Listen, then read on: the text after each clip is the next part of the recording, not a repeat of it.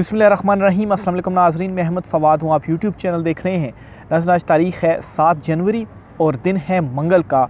एक बहुत बड़ी ब्रेकिंग न्यूज़ के साथ आज की व्लॉग में आप खिदमत में हाज़िर हुआ हूँ। तब्दीली का आगाज़ हो गया है। ट्रंप के आते ही पहला बड़ा जो इस्तीफ़ा है या पहला ताकतवर जो इस्तीफ़ा है वो आ गया है और रिजीम चेंज के किरदारों को एक बड़ा झटका लगा है। कुछ एक्सक्लूसिव डिटेल्स आपके साथ में शेयर करूंगा। दूसरी तरफ इमरान खान साहब ने भी चौथा गियर लगा लिया है और एस्टेब्लिशमेंट इस वक्त तारीख़ में इतनी अंडर प्रेशर नहीं आई जितनी इस वक्त अंडर प्रेशर है। इस पर भी कुछ एक्सक्लूसिव डिटेल्स हैं, वो भी आज की व्लॉग में आपके साथ में शेयर करूँगा। फ़ौजी अदालतों से जो सज़ाएँ हुई थी, जिनमें से 19 को तो माफ़ कर दिया गया था, बाकी अभी भी जेलों में हैं, ये फ़ैसले रिवर्स होने जा रहे हैं। सुप्रीम कोर्ट में क्या आज बड़ी डेवलपमेंट हुई है, क्या इशारे सामने आए हैं, क्योंकि आज फ़ौजी अदालतों का केस भी सुप्रीम कोर्ट ऑफ पाकिस्तान में लगा हुआ था। इसकी समाअत हुई, आइनी बेंच ने समाअत की। इस समाअत में क्या हुआ और क्या ऑर्डर दिया गया, इस पर भी कुछ एक्सक्लूसिव डिटेल्स हैं, वो भी आज की व्लॉग में आपके साथ में शेयर करूँगा।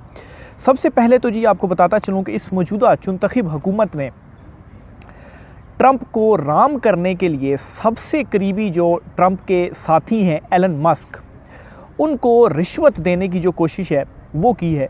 लेकिन इनके दिमागों में कौन ये बिठाएगा कि ये जो पटवारी सिस्टम है ये यहाँ पर तो आप ऐसा चला सकते हैं लेकिन वहाँ पर ऐसा नहीं चल सकता। क्या कोशिश की गई है ये ज़रा ख़बर देखिए। और बड़ी अचानक से ये ख़बर सामने आई है। ट्रंप की जो स्टारलिंक डिवाइस है, इंटरनेट की डिवाइस, ठीक है, इसको रजिस्टर कर लिया गया है। हालांकि ये तो काफ़ी टाइम से पेंडिंग था मामला, लेकिन इसको इस टाइम पर रजिस्टर करना, और रजिस्टर होने का मतलब ये है कि बहुत जल्द इसको जो लाइसेंस है वो भी मिल जाएगा। और उस लाइसेंस मिलने के बाद क्या होगा, ये पाकिस्तान में ऑपरेट कर पाएगी, पाकिस्तान में स्टारलिंक डिवाइस आ जाएगी। इससे क्या होगा, एलन मस्क को बिज़नेस मिलेगा।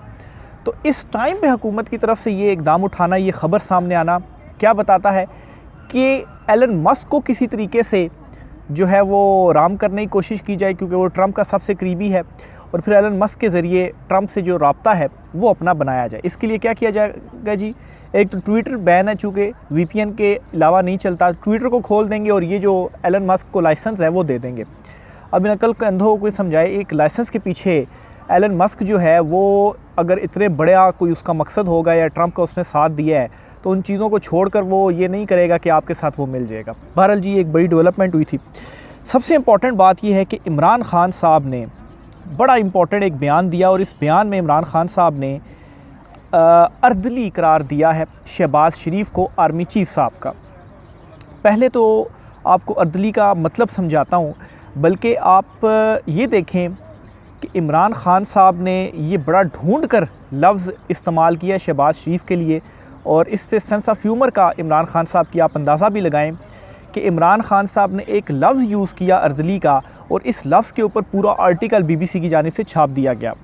अर्दली किसको कहते हैं, पहले तो ये सुने। पहले तो इमरान खान साहब ने जो कहा है वो बताता हूँ आपको। शहबाज शरीफ सिर्फ़ और सिर्फ जनरल आसिम मुनीर की एक कठपुतली और अर्दली है। इससे ज़्यादा ताकतवर वज़ीर-ए-आज़म तो मुशर्रफ दौर में शौकत अज़ीज़ था, ये इमरान खान साहब ने कहा है। अच्छा, अर्दली किसको कहते हैं जी, आपको बताता हूँ ज़रा। अर्दली कौन? बैटमैन या अर्दली की इस्तिलाह का मतलब ज़्यादातर उर्दू और अंग्रेज़ी लुग़त में यूँ निकाला है, बरतानवी अफसर की खिदमत गुजारी और हुक्म बजा लाने पर मामूर फ़ौजी। गोया ये तय हुआ कि अर्दली लिखने की रवायत बरतानवी और नौआबादियाती है। अच्छा, फिर इसी तरह से जी जो एक बीबीसी का आर्टिकल है, इसमें जी इन्होंने पूरा ये स्टोरी लिख दी है जी कि अर्दली किसको कहते हैं। बरतानवी अफसर की खिदमत गुजारी और हुक्म बजा लाने पर मामूर फ़ौजी अफसर को अर्दली जो है वो कहा जाता है जी। अच्छा, बरतानवी अफसर का अर्दली पर कितना दारुमदार होता था, इसका एक तारीख़ी सबूत यह है कि 1839 की पहली एंग्लो अफ़गान जंग में हिस्सा लेने के लिए 16,500 अफसरान और जवानों पर मुश्तमिल जो बरतानवी फ़ौज सिंध से काबुल रवाना की गई थी, इसकी खिदमत पर 38,000 अर्दली मामूर थे। तो ये अर्दली की जो है वो कुल औकात होती थी, यानी कि अगर अर्दली का जो मतलब है वो समझा जाए और जिस मकसद के लिए उसको लगाया जाए, यानी कि सिर्फ़ और सिर्फ पॉलिश करने के लिए, कोट शोट जो है वो सीधा करने के लिए, इससे ज़्यादा जो है वो कोई जो हैसियत है वो अर्दली की नहीं हुआ करती थी। तो ये लफ्ज़ इमरान खान साहब ने शहबाज शरीफ के लिए इस्तेमाल कर लिया। इमरान खान साहब और भी लफ्ज़ इस्तेमाल कर सकते थे, बूट पालशिया या शोबाज, इस किस्म के इमरान खान साहब कहते हैं, लेकिन ये जो लफ्ज़ इमरान खान साहब ने इस्तेमाल कर लिया ना, जिसको मतलब है कि एक नई बहस अब इस चीज़ के ऊपर भी लग गई है कि अर्दली किसको कहते हैं, और सही कहते हैं ना कि हिट करना किसी को। तो इमरान खान साहब ने बड़ा ज़बरदस्त जो है वो हिट किया है शहबाज शरीफ को। तो ये इमरान खान साहब एक तरफ तो चूँकि इस्टेब्लिशमेंट जो है वो भी अंडर प्रेशर, और इस वक्त कहा यह जा रहा है जी कि आलमी दबाव की वजह से इस्टेब्लिशमेंट चाहती है कि इमरान खान साहब मशरूत जो रिहाई है उनको मिल जाए। चुनतखब हुकूमतें चाहती है कि इमरान खान साहब रिहा ना हो, और अगर इस्टेब्लिशमेंट के साथ इनके मामलात बनते हैं तो फिर हमारा क्या होगा, हम तो बिल्कुल फारिग हो जाएंगे। आगे इमरान खान अर्दली हमें करार दे रहा है। और इमरान खान साहब का मामला ये है कि इमरान खान साहब इस वक्त जो है वो उन्हें किसी चीज़ की भी जल्दी नहीं है। वो कहते हैं कि पहले सारे कैदियों को रिहा करो, फिर उसके बाद जो है वो मैं देख लूँगा अपना मामला भी।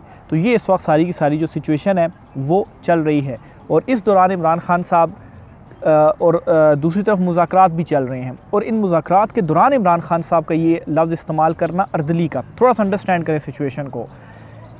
मुज़ाकरात के ज़रिए क्या एक बयानिया बनाने की कोशिश की जा रही थी कि इमरान खान साहब डील मांग रहा है, तो इमरान खान साहब ने अर्दली कह दिया शहबाज शरीफ को, और फिर आर्मी चीफ साहब के हवाले से भी इमरान खान साहब ने खुलकर जो एक ट्वीट है वो की है। इमरान खान साहब पूरी लंबी चौड़ी ट्वीट की, और उस ट्वीट के अंदर ये अर्दली का जो लफ्ज़ है इमरान खान साहब ने यूज़ किया है।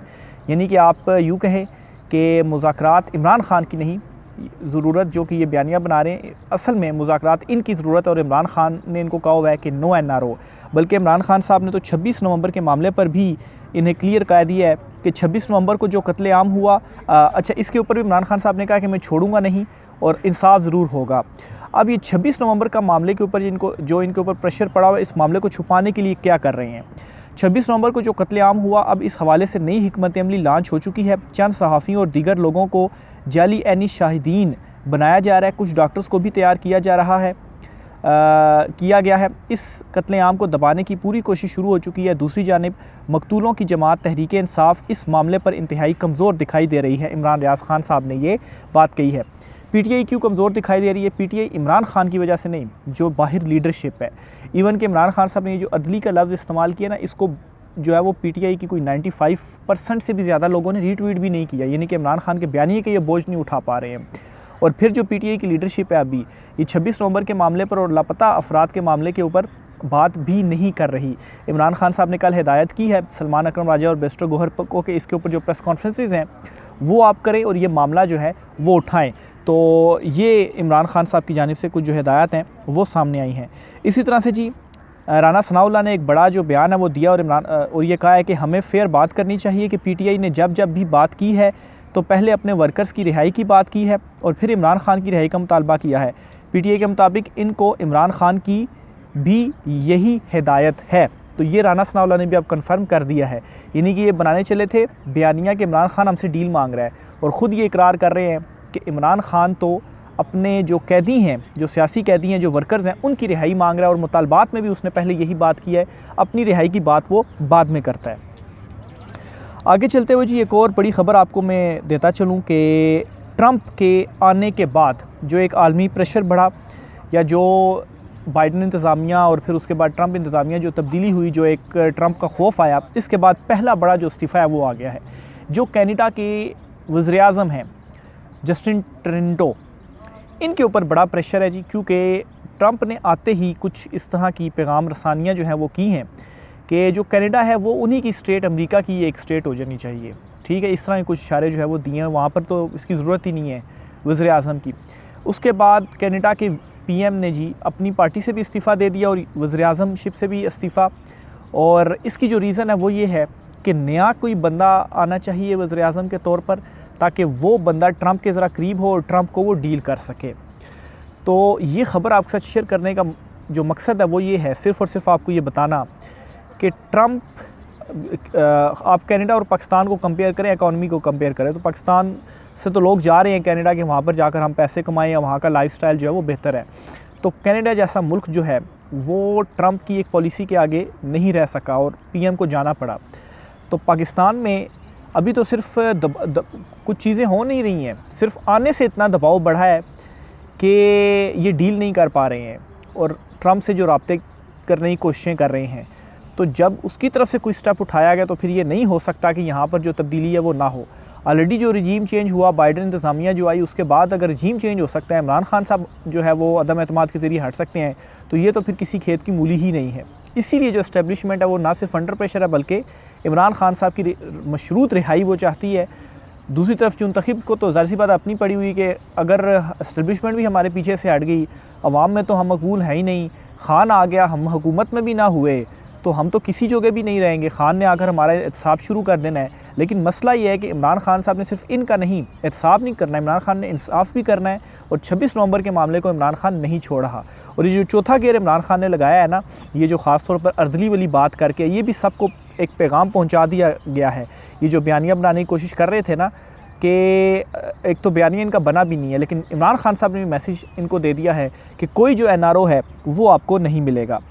आखिर में जी फ़ौजी अदालतों का जो मामला है, ये भी आपके साथ में शेयर करना चाहता हूँ। इससे पहले आपको बताता चलूँ कि सिकंदर सुल्तान राजा साहब जो हैं वो जल्द जाने वाले हैं। कोई 2-2.5 हफ़्ते उनके रह गए हैं, और 2-2.5 हफ़्तों के बाद उनकी रिटायरमेंट हो जाएगी। तो रिजीम चेंज के बज़ाहिर जो किरदार थे जी, उनमें ज़ाहिर सी बात है एक चीफ़ जस्टिस कादी फ़ैज़ ईसा साहब ने जो फ़ैसला दिया था, मतलब इस तरह से कि उन्होंने जो बल्ला का निशान छीनने वाला, फिर सिकंदर सुल्तान राजा ने जिस तरीके से इलेक्शन करवाए, फिर बाकी भी हैं, लेकिन और फिर जनरल बाजवा भी देख लें, लेकिन सिकंदर सुल्तान राजा जो हैं वो रिटायर होने जा रहे हैं। 2.5 हफ़्तों के बाद ये रिटायर हो जाएंगे, यानी कि ट्रंप की हलबर्दारी और सिकंदर सुल्तान राजा की रिटायरमेंट आलमोस्ट सेम टाइम पर ही जो है वो होगी। तो ये एक इम्पॉर्टेंट डेवलपमेंट हुई है। फ़ौजी अदालतों का मामला आपके साथ में शेयर करता चलूँ जी। आज फ़ौजी अदालतों के केस की समाअत थी, जो सिविलियंस का ट्रायल रोकने के हवाले से जो सुप्रीम कोर्ट में दरख्वास्त दायर की गई थी, आइनी बेंच इसकी समाअत कर रहा है। आज सुबह जब हम आए तो हुआ यहाँ पर ये जी कि पहले तो 8 फरवरी इंतखाबात वाला केस भी था, वो भी मैंने कहा वो भी बड़ा इंपॉर्टेंट है, वो भी सुनूँ। तो हुआ ये कि आइनी बेंच ने करार दिया जी कि आज कोई भी केस नहीं सुना जाएगा, सारी कास लिस्ट मनसूख कर दी, और कहा कि सिर्फ फ़ौजी अदालतों का केस सुना जाएगा, और आज सारे टाइम हम वही केस सुनेंगे, और इसलिए सारे जो दीगर केसेस थे वो कास लिस्ट मनसूख कर दी गई। उसके बाद क्या हुआ जी कि फ़ौजी अदालतों का केस चला, और ख्वाजा हारिस जो कि वज़ारत दिफ़ा के वकील हैं, उन्होंने दलाइल दिए। सारा दिन उनके दलाइल चलते रहे, और आखिर में अदालत ने केस की समाअत मुलतवी की और कहा जी कि कल भी हम सारा दिन यही केस सुनेंगे, और ख्वाजा हारिस साहब आप जो है वो कल अपने दलाइल को मुकम्मल करें। वो जो वज़ारत दिफ़ा के वकील है, बेसिकली वो इस चीज़ का दिफ़ा कर रहे हैं कि ये जो ट्रायल है ये हो सकता है, बेसिकली वो ये कर रहे हैं। लेकिन आज सबसे इंपॉर्टेंट चीज़ जो है वो ये हुई कि जस्टिस जमाल खान मंदोखेल जो थे, उनकी जानिब से बड़ा टफ़ टाइम दिया गया ख्वाजा हारिस को, और बड़े सवालात किए गए, जिससे मुझे ऐसा महसूस हुआ कि जो उनके रिमार्क्स थे कि ये जो फ़ौजी अदालतों का जो ट्रायल है इसको उड़ा दिया जाएगा, क्योंकि अब तो सज़ाएँ सुना दी गई हैं। तो माहौल कुछ इस किस्म का था या बन गया था उनके रिमार्क्स और उनके सवालों के बाद। फिर आज जस्टिस मुसर्रत हिलाली साहिबा की जानिब से भी 2 बड़े इंपॉर्टेंट रिमार्क्स सामने आए, और ये रिमार्क्स उस वक्त सामने आए जब हफीज़ुल्लाह न्याज़ी जो कि हसन न्याज़ी साहब जो कि मिलिट्री कस्टडी में उनको सज़ा हुई और अब वो जेल में है, वो रोस्टम पर आए, और उन्होंने अदालत को बताया कि हसन न्याज़ी जो कि अब जेल में हैं, उनके साथ आम कैदी वाला सलूक नहीं किया जा रहा, बल्कि मिलिट्री हिरासत में जिस तरह का उनके साथ सलूक हो रहा था, अभी भी उनके साथ वही सलूक हो रहा है। हसन न्याज़ी साहब के हवाले से मैं वाज़ेह करता चलूँ कि ये जो रहम दिली वाली या रहम की अपील थी, इस पर सिग्नेचर करने से उन्होंने इनकार किया, और उन्होंने कहा जी कि मुझे कोई माफ़ी या रहम की वो नहीं चाहिए, मुझे इंसाफ चाहिए।